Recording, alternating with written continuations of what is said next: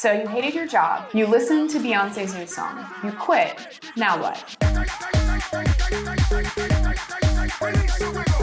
On June 20th, Beyonce dropped her new song, Break My Soul, and like she always does, she broke the internet. Headline after headline poured in, with reports of people announcing their resignations on social media. But with a recession looming, is quitting your job right now a good idea or actually a huge mistake? Damn, they work me so damn hard.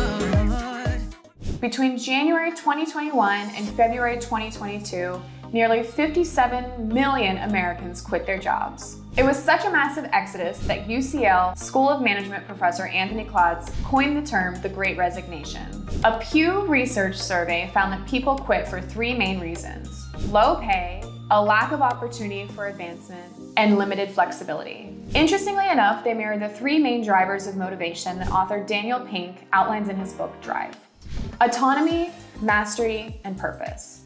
The Pew survey tells the same story. The American workforce is looking for and capable of much more. Autonomy, the freedom to work when and where they choose. Mastery, the opportunity to continually up-level one's personal knowledge and skills.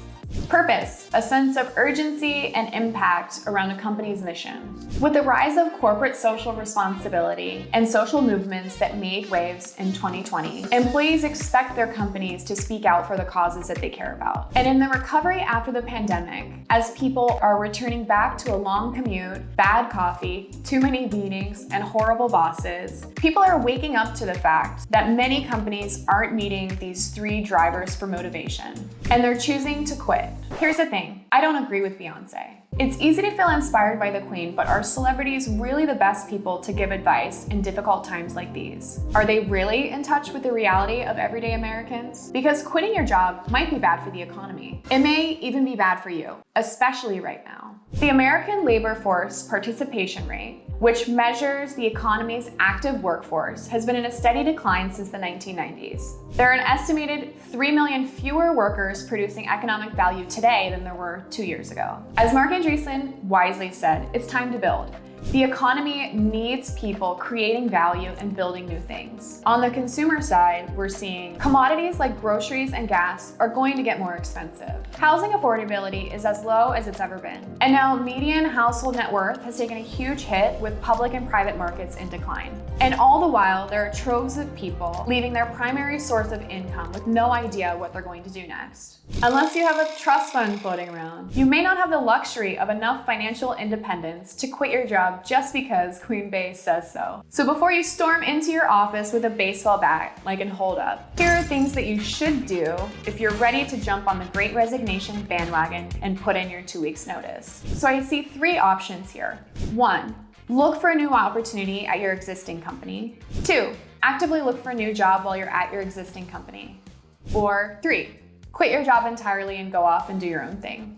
Option 1 is where I'd look first. First, assess your current situation. You might want to consider a few things. Can you apply for leave and take a break? Maybe a change of departments or a new boss might help. Or maybe you love your job, but you feel really underpaid.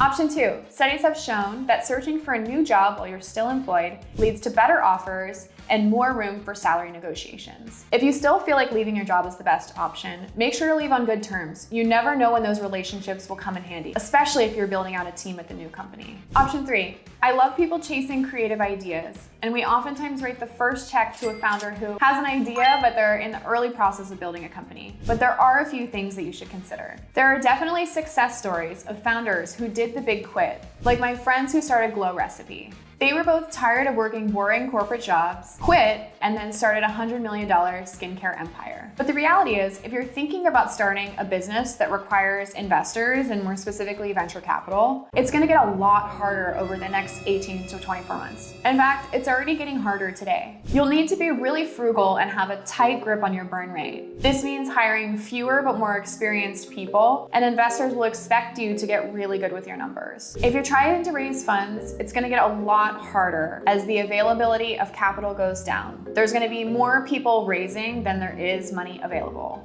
We're already seeing growth stage startups cut their valuations by 20 to 30%. So even if you're able to raise money, it's going to be even harder to raise them on good terms. I think there's a fourth option, which is probably the most exciting one.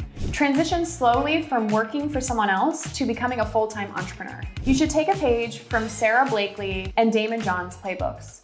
It's possible to start out as an employee somewhere else and then transition to becoming your own boss. Many of my favorite stories of modern businesses are people who started building on evenings and weekends to make sure the idea was gonna work before they quit their full-time job. One of my favorite stories is the founders of Warby Parker, who created millions in enterprise value before quitting their jobs and working on it full-time. I believe that the future belongs to self-made, self-taught people, and I am already seeing that anyone can start their own business from anywhere. And despite current market conditions, I'm very excited about the future of work. I love seeing people quit boring corporate jobs to start something new. That's why we write the first check to tools that help anyone start something. Whether it's building a technology company without writing any lines of code on Webflow, or launching your own skincare or cosmetics or clothing line on Pietra, we believe anyone can start the business of their dreams today. You just need the right tools, frameworks, and network to get started. And that's what this YouTube channel is for. So if you're inspired by Beyonce's new song and you're looking for more motivation, foundation, and vibration, hit subscribe and stay tuned for more.